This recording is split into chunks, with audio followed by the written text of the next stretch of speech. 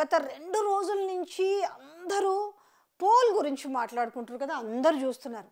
అయితే ఇక్కడ ఎవరికబ్బా ఈ పోల్ వల్ల నిజంగా బీఆర్ఎస్ వాళ్ళకు నష్టమా, కాంగ్రెస్ పార్టీకి మేలా, ఇవన్నీ మనం పక్కన పెడదాం. ఒకసారి ఎవరైనా కూడా ఒక అఫీషియల్గా ఏదైనా చేయాలి, ఒక వెరిఫైడ్ అకౌంటు, మనం ఇట్లాంటి పోల్ పెట్టొచ్చా అంటే మనం ఎంత వెటకారంగా పెట్టినప్పటికి కూడా ప్రజల్లో నుంచి ఆల్రెడీ మనము సంక్షేమ పథకాలు లేదు కాబట్టి మనం ఏ పోల్ పెట్టినా కూడా మొదటికే ముప్పు వస్తుందని భావిస్తారు.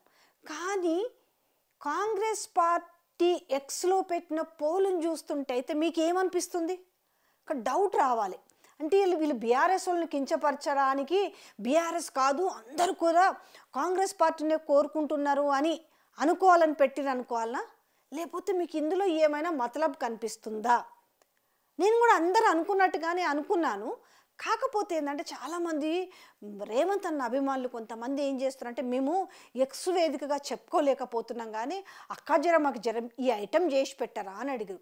ఏందయ్యా అంటే ఆ తమ్ముళ్ళ బాధ ఏంటంటే మా రేవంత్ అన్న ప్రతిష్టను తగ్గించడానికి చాలా కుట్ర కట్టి సోషల్ మీడియా ఈ రకమైన పనిచేసింది, వెన్నుపోటు పొడుస్తున్నారు మా రేవంత్ అన్నకు అని వాళ్ళ వాళ్ళ గోడు వల్ల బుచ్చుకున్నారు.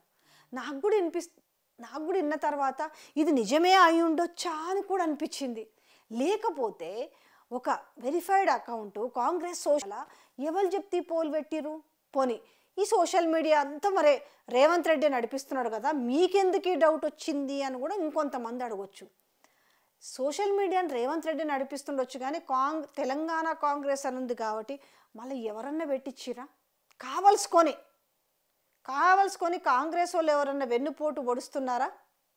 అంటే ఈ ముచ్చటంతా ఇంటుంటే వాళ్ళు చెప్తుంది ఏంటంటే సునీల్ కనుగోలే కావాలని చేస్తున్నాడు, ఆయన మాటలు రేవంత్ రెడ్డి ఇంటలేడు అనేసి దీని వెనకాల సునీల్ కనుగోలే ఉన్నాడు అని మాట్లాడుతారు. ఎందుకంటే వాళ్ళకంటే ముందే తెలుసంట గిట్లనే రిజల్ట్ వస్తుందని తెలుసంట. ఎవరికి? సునీల్ కనుగోలు అండ్ బ్యాచ్కు తెలుసట.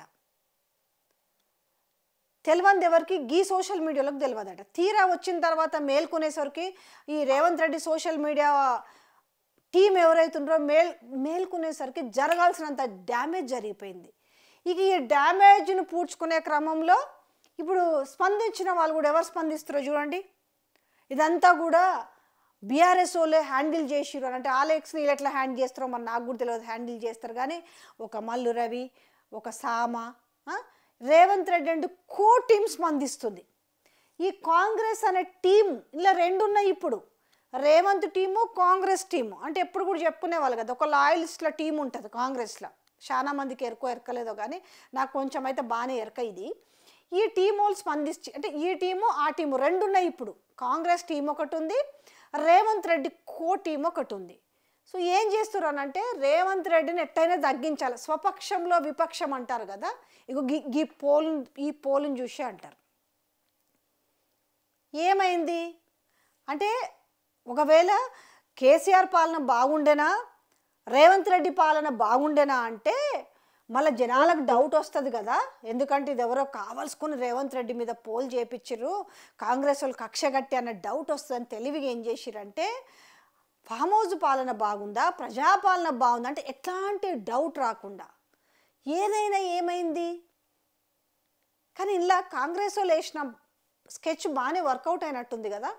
నన్ను ఎవడో పీకేస్తాడు, నన్ను ఎవడో గుంజుతా అన్నాడు, నేను తొండలు ఇడిచి పెడతా, నేను అజ్జేస్తాను, నేను కత్తిరిస్తాను, నేను పొడుస్తా అన్న రేవంత్ అన్నకి సొంత పార్టీలోనే కుంపటి మొదలైనట్టుంది. సొంత పార్టీ వాళ్ళే ఎన్నుపోటు పొడుస్తున్నారు అంటే దీని గురించి ఇప్పుడు ఢిల్లీలో కూడా చర్చ జరుగుతుందంట. ఈయన ఏడిపోయినా మషే కదా అంటే ఎంత తెలివిగా బిహేవ్ చేస్తున్నారని అర్థమవుతుంది కదా. పాపం వీళ్ళు ఎంత డ్యామేజ్ పూడ్చాలని Revanth Reddy and co team ప్రయత్నం చేసినప్పుడు కూడా అయితలేదంట.